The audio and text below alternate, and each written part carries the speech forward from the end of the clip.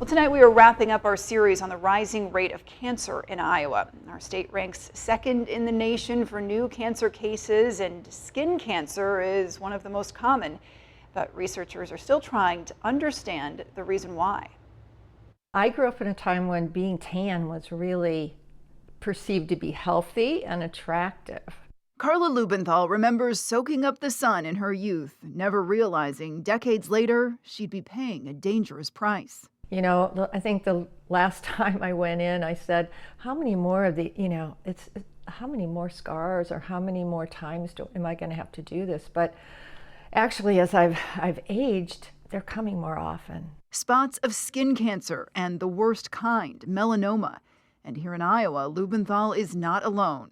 Iowa has really been put on display because within that deadly type of skin cancer, Iowa is now the 5th in the nation for incidence of melanoma.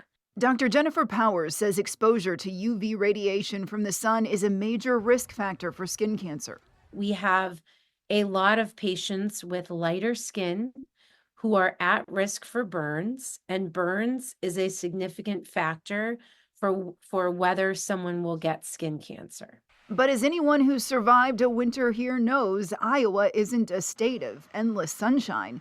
That's why Dr. Powers says she thinks there's more to Iowa's skin cancer story. If it was just UV alone, it would be Texas, it would be Florida, it would be California.